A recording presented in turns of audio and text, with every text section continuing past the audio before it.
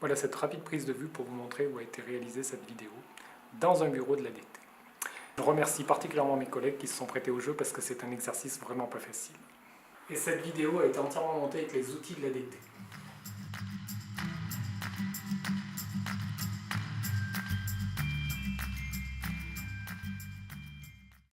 Bonjour, durant l'année 2017, j'ai accompagné divers projets d'hébergement, que ce soit des centres de vacances, par exemple sur la commune de Claveyson, mais également des projets de création de chambres d'hôtes ou reprise de chambres d'hôtes à Féline-sur-Imandoule ou à Cré. J'ai également accompagné des projets hôteliers sur Grignan ou des projets d'hôtellerie de plein air, comme par exemple sur la commune de Pierre-Longue.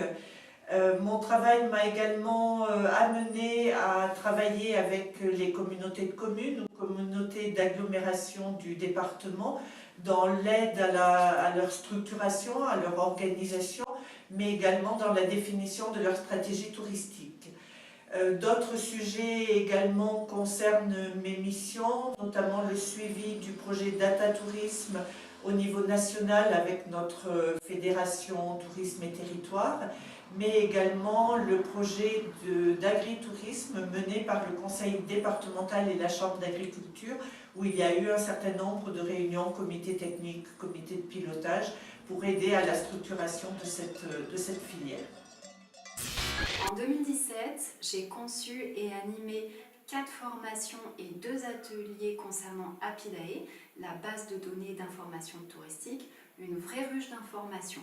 Après avoir validé la date, le contenu, les objectifs ainsi que le programme, ce sont au final 56 heures d'explication sur le fonctionnement d'Apidae, recherche, saisie, export, et 16 utilisateurs formés au sein de 7 offices de tourisme de Romans.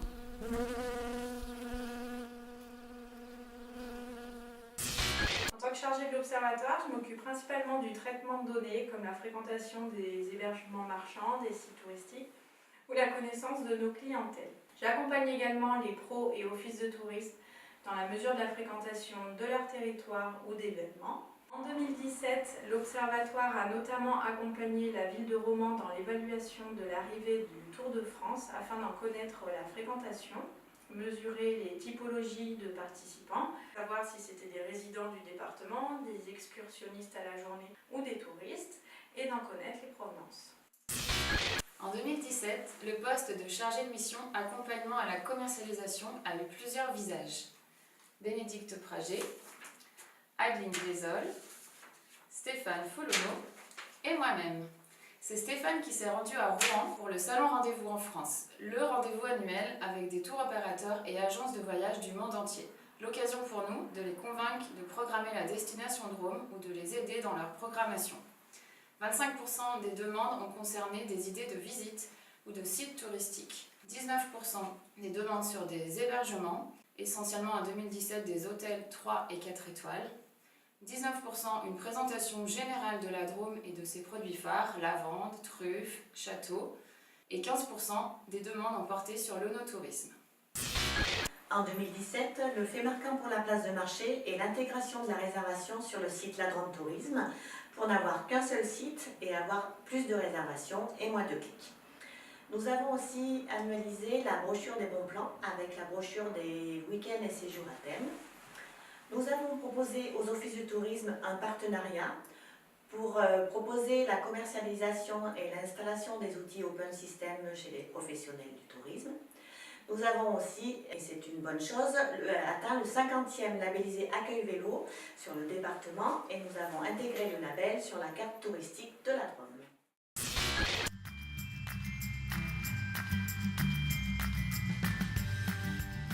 La connaissance de la clientèle, la donnée client, est une matière première à forte valeur ajoutée, mais c'est une donnée à manier avec subtilité. Aujourd'hui, nous sommes tous envahis de sollicitations, d'informations et souvent non désirées. Parallèlement, dans certains cas, un client peut recevoir dans la même semaine une information de sa destination, une information de son office du tourisme, une information de son hébergeur, et s'il peut s'en trouver flatté, bien évidemment, ça en devient moins efficace.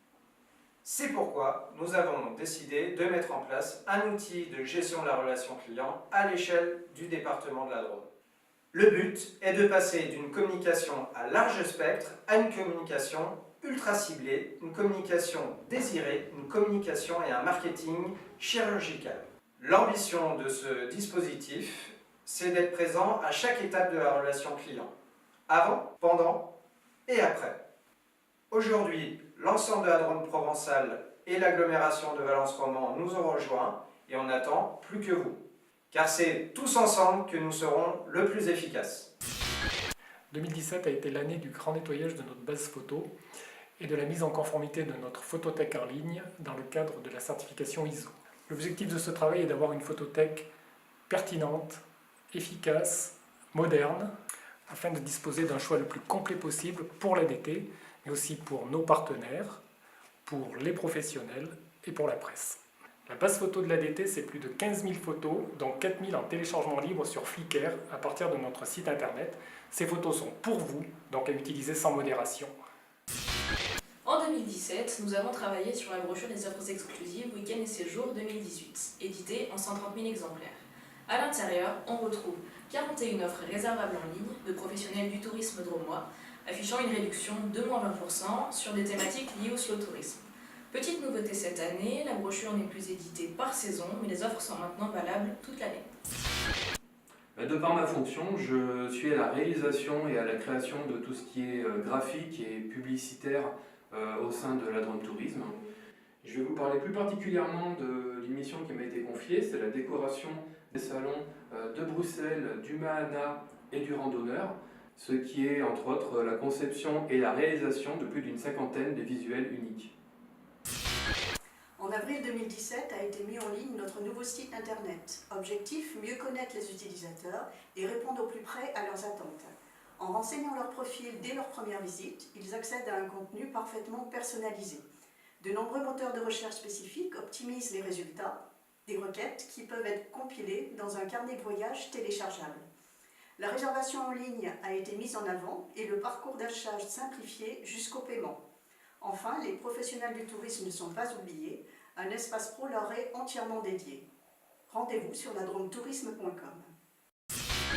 Une illustration du service presse en 2017 avec l'accueil de Charline Poulain, une journaliste pour le magazine Rando Balade en France.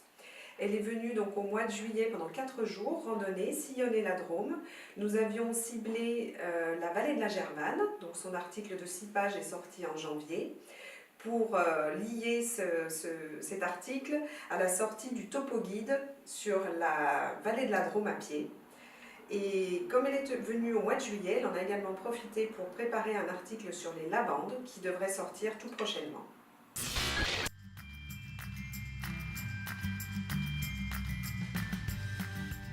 Je m'occupe de la partie comptable, financière et ressources humaines.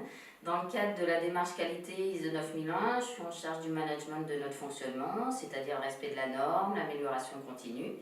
Un travail important a été fait cette année sur la préparation de la nouvelle version 2015, qui recense entre autres tous les besoins et attentes du client, mais également les risques, les actions préventives de chaque procédure. Cette certification nous permet de nous améliorer sans cesse.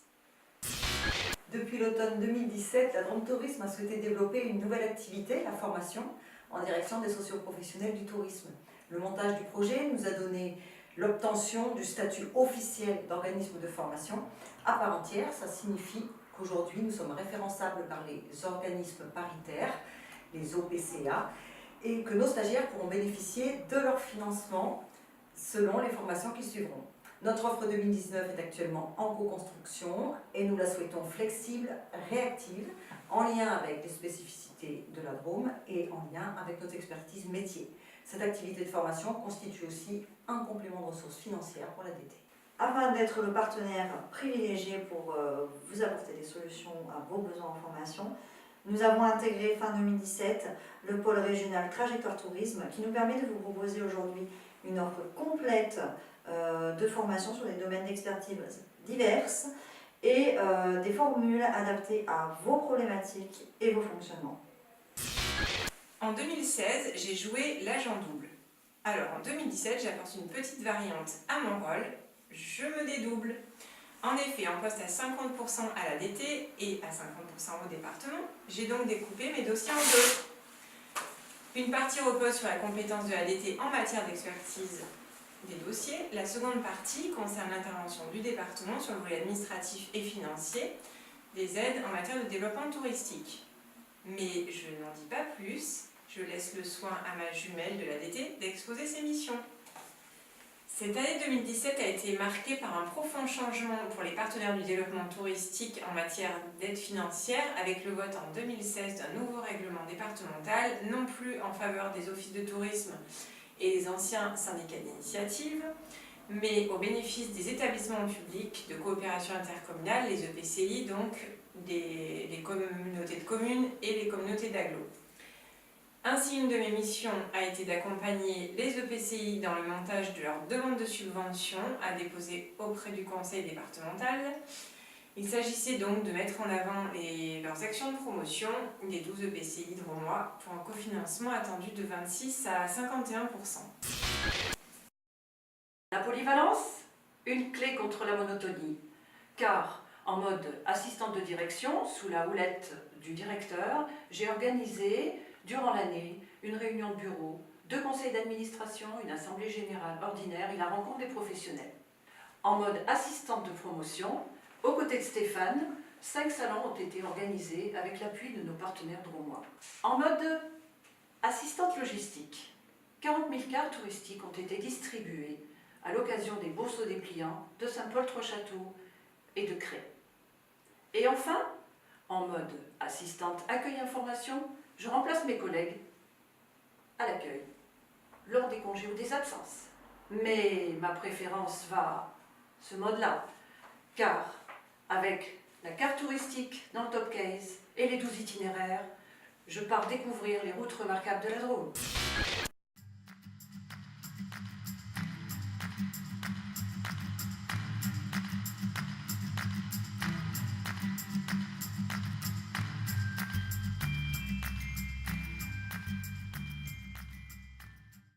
L'équipe de l'ADT vient de se présenter à vous. Des professionnels qui partagent des valeurs essentielles. Le respect, l'esprit d'équipe et la confiance. Vous comprendrez pourquoi ma mission première, qui est de manager l'équipe, est un vrai bonheur. Je dois aussi gérer le budget, faire plus avec pas plus, et même parfois avec moins. Je dois aussi écouter, rassembler et assister les professionnels du tourisme, nos partenaires, offices de tourisme, EPCI, hébergeurs, sites, produits du terroir. Nous devons tous agir dans la même direction. Je dois bien évidemment répondre aux demandes des élus départementaux, conduire les conseils d'administration et l'Assemblée générale aux côtés du président. Il me faut enfin amener l'ADT à accroître l'attractivité de son territoire et à développer l'activité économique. Elle est d'ailleurs en constante croissance depuis une dizaine d'années. Merci à l'équipe, aux professionnels, au conseil d'administration, au conseil départemental qui nous a toujours soutenus.